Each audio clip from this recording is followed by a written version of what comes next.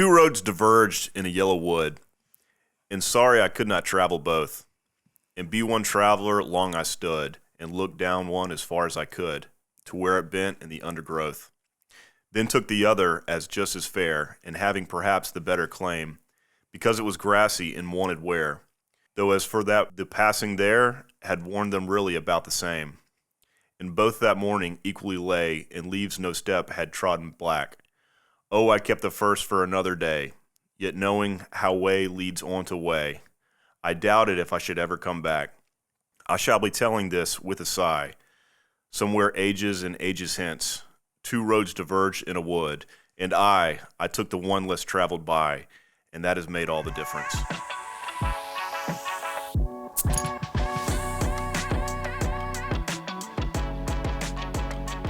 This is Wright Brennan with the Lost in the Midlands podcast, brought to you by Midlands Dumpster Services and Seawright Roofing. And today I am here with a Citadel Bulldog, a travel agent, B&I networker, entrepreneur, Mr. Mark Baker. Mark, thanks for hanging out, man. Thanks for having me. Yeah, that is such a cool poem, and we've read it on here before, and I know that it means so many different things to different people. What strikes you in this piece?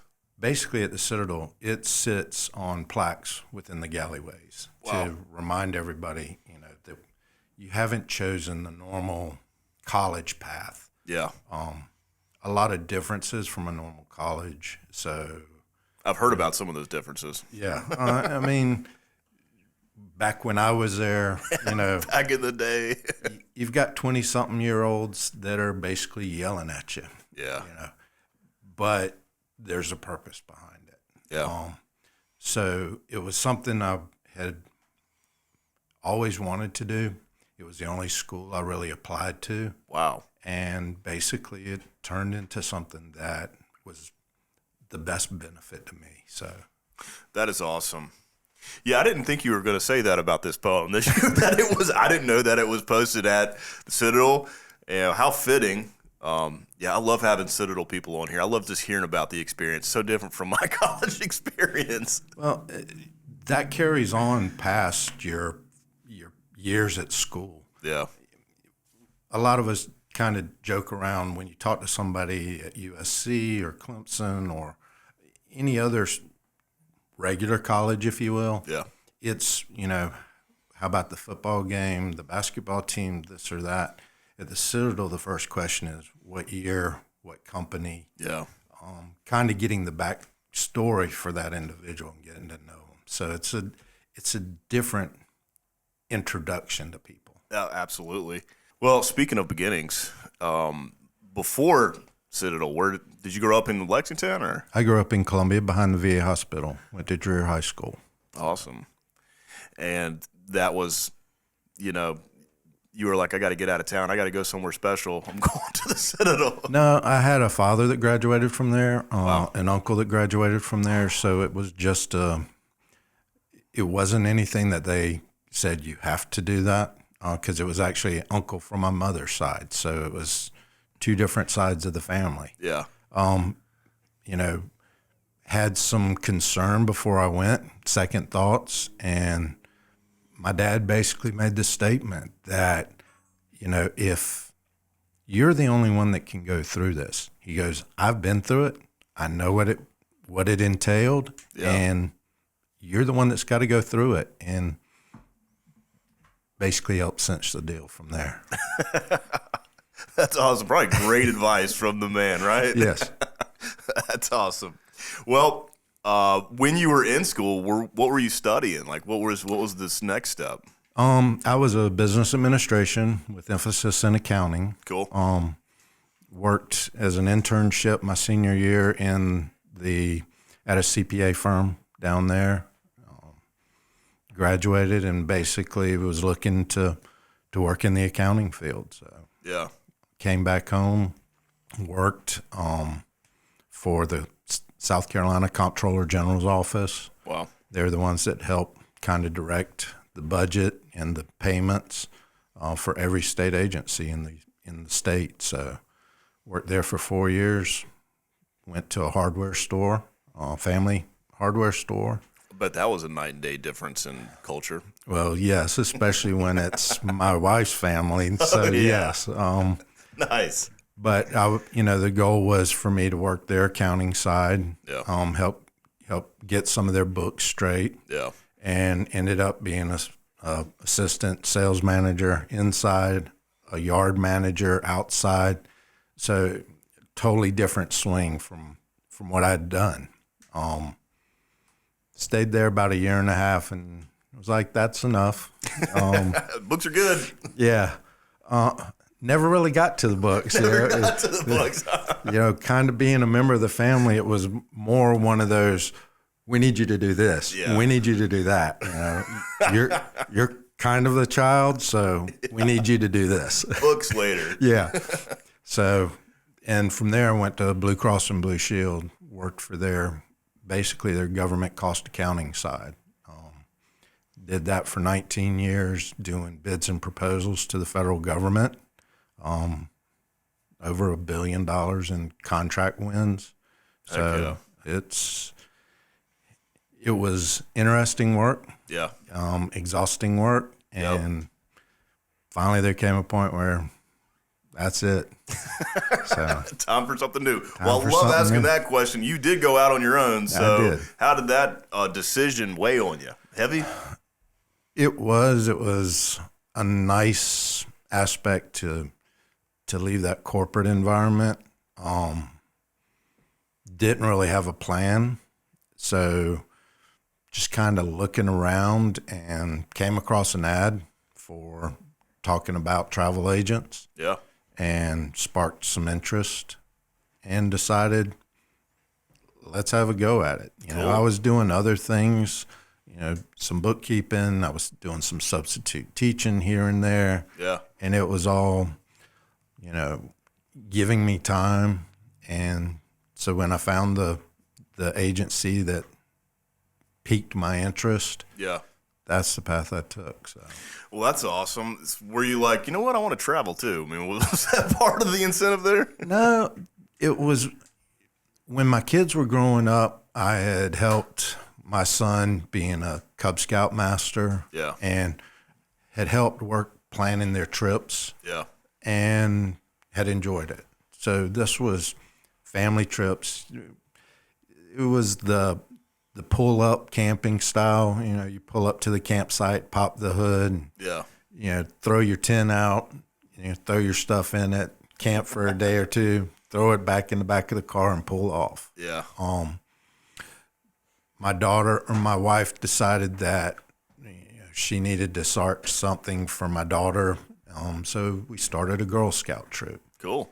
My wife didn't necessarily care for the first aid training, so it was basically, honey, we need you to. Yeah. So I went through the training for it. Heck, even became a certified lifeguard so that we could take a trip. Yeah, cool. And so it was putting all those pieces together and enjoying it, because it was not just a matter of saying, hey, we're going here. It was, what are all the pieces to make it go? So who all's going? How are we getting there? What food are we going to have? Yeah. Are we going to see certain things while we're there? And so it was all putting those pieces together that kind of helped when I decided to go and become a travel advisor. So This is Wright Brennan, the owner of Sea Right Roofing. When it comes to the maintenance of your roof, you want to know that you have an experienced team that knows what they're doing. And with 10 years in the business, we check all the boxes. Leaky roof, storm damage, or just overdue on maintenance, give us a call at 803-828-4181 for a free estimate. Again, that's 803-828-4181. And remember, our commitment is to roof it the right way. Yeah, I can tell you love putting the puzzle together. I mean, kind of like in the books, it's a dang mess every time you open up somebody's new book. But then here, somebody wants to go on a trip. Well, it's like, there's a lot of stuff here we got to figure out. So that was one thing, when I was at Blue Cross, there was that time period before 2000 where there was a lot of computer work being done because things had to be reprogrammed to change dates. Yeah. So I had interviewed to become a computer programmer. And one of the questions one of the recruiters asked was, what do you like to do in your spare time? And I was like, I like puzzles. Like you said. And it was working through all of that. Yeah. And like you're saying, putting the pieces, working the edge first, and then you work towards the center. Yeah. Doing all those pieces and making it come to fruition and seeing the final picture. So when you change that over to travel, is it the flights? Is it a transfer from the airport to a hotel? Is it, no trip is ever the same. It may be a different location anywhere in the world. It may be something as simple as a cruise. Yeah. But there's a lot of other pieces that a lot of people just don't think about. And so that, as a travel agent, is what we exist for. Tell me about the world of travel right now. Like, where are people going? Is Disney, like, and maybe even, like, if there's some kind of specialty in your field, are you more to send people to Disney World and send them on a cruise, or are you full scale both? You can send them wherever they want to go? I'm full scale, but we do specialize. Yeah. I do specialize in Disney because we're only 7 hours, 8 hours down the road. Yeah. It's not hard. It's easy to specialize in cruises. Yeah. Not just ocean, but also river cruises, Cool. like in Europe. I've done quite a bit of European travel in the past 2 years. Yeah. Europe's really taken off, especially after the pandemic. What they call revenge travel, truly. Time to get out there. It's time to get out of here. So, but I mean, it can be anything from expedition ocean cruises that travel to places like Antarctica. Oh, yeah. Safaris in Africa, all inclusives in Bali or in the Caribbean. So it's a lot of my job is simply listening to my clients, understanding what it is that they want to do, and understanding what they don't want to do, which is just as important. Yeah. Because if they don't want to do a certain activity, I don't want to put them someplace that's what they're known for. So, that can have a real impact on somebody's trip. Yeah. What about if somebody's looking to go on a business trip Absolutely. and they need hotels and cars and, Even if they've got strange plans that say, hey, we want to drive up to Virginia and catch our flight there. We're flexible enough that all we need to know is what that individual wants to do, how they want to do it, and we can help put the pieces. One thing I always tell my clients when I give them their proposal, their quote, if it's not what you're looking for, tell me. Yeah. You're not hurting my feelings. This is what I heard you say, and this is what I'm trying to prepare for you. And if it's not what you need, we can absolutely change it up and get it to what you want. Heck yeah. Yeah, I really appreciate that business trip you sent me on where I had all kinds of different flights, hotels, rental cars, and fun activities around the country. So Yeah. I think a big misperception that people have of travel is when working with a travel advisor, I'm going to cost you more money. And that's not the case. I'm not necessarily going to give you the cheapest hotel because I'm not going to put you in that part of town that you may not come back from. yeah. A great story I've got is my wife and I did a trip to Budapest. We did a river cruise. We sailed out of Munich, about an hour outside, sailed down to Budapest. On board the ship, we met these couple of ladies that were from Arizona, and they had booked their hotels in Budapest. So when we got off the ship, we were like, we'll meet you, in a couple hours, and, we'll kind of make plans. So we get to our hotel. It was nice. There was the restaurant downstairs had been a World War II bomb shelter. Cool. So it had that nice ambiance Yeah, and yeah. all. we get a text from these ladies, and they're like, we're not going to make it to dinner. We're like, why? Well, they sent us a picture of what was right across the way from their hotel, and it was a sex shop.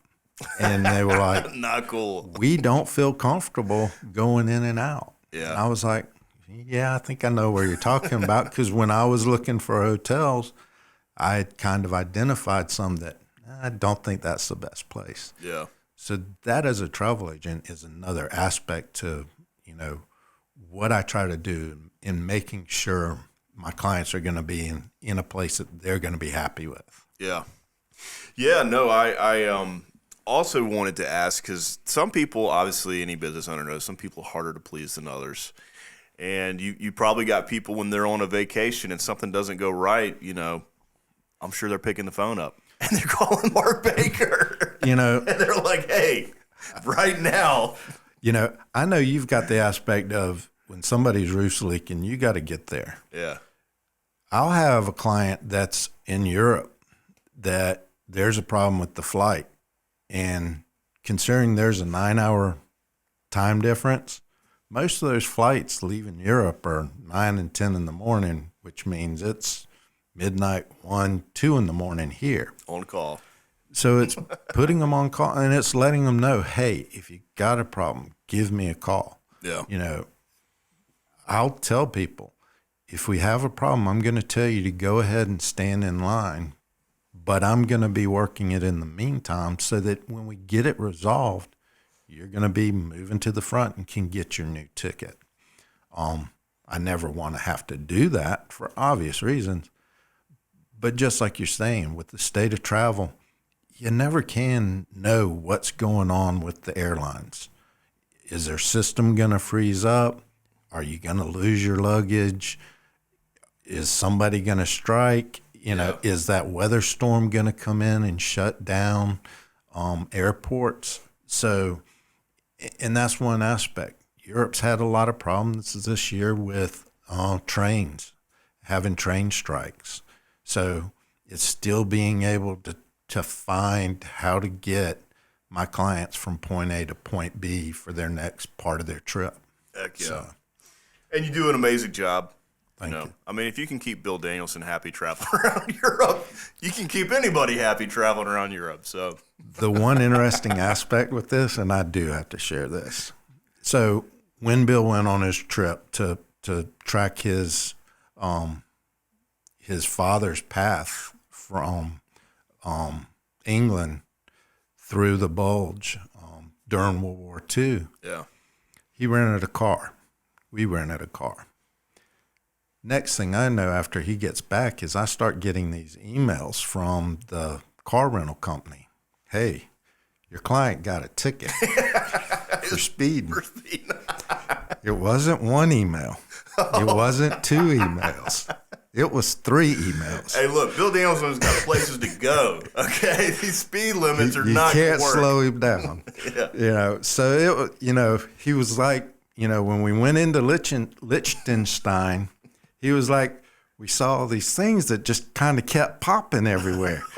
He said, and within a few minutes, we realized they were running, they were cameras for radar. So it was like, yeah, busting them up. So, I actually responded back to the car rental company saying, hey, can you provide me just a little bit of proof? Because saying my client was speeding is one thing. Next thing in the email was, here's the picture of your client in the car. That's good.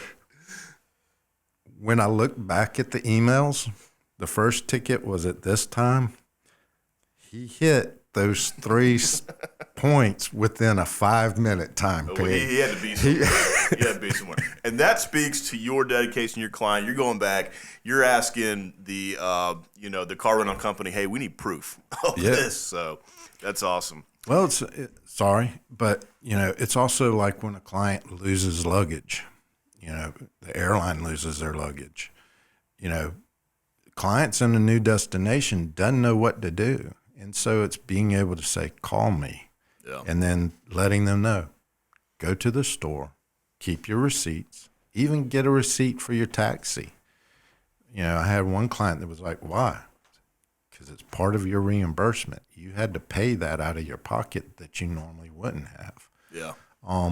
So it's also helping some of my clients when they've had those type of incidents, working with travel insurance to get reimbursed for what they're supposed to be. So yeah, that's awesome.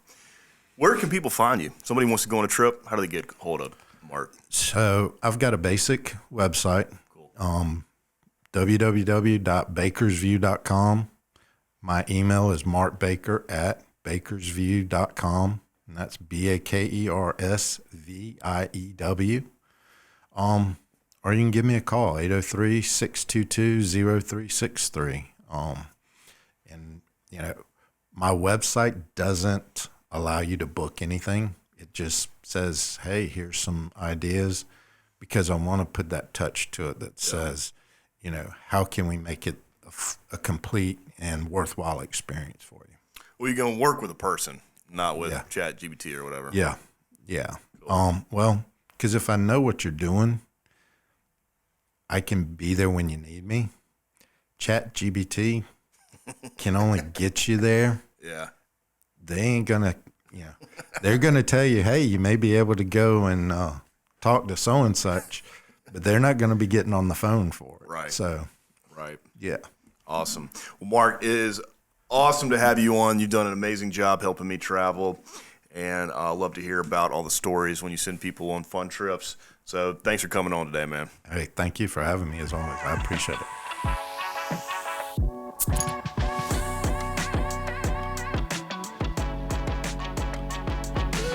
Hey everyone, many thanks for watching. If you enjoyed this episode, give us a follow and click the bell to stay up to date on future episodes, or click the link to watch another previous episode. Also, don't forget to like, share, and please leave us a comment. We'd love to hear your feedback.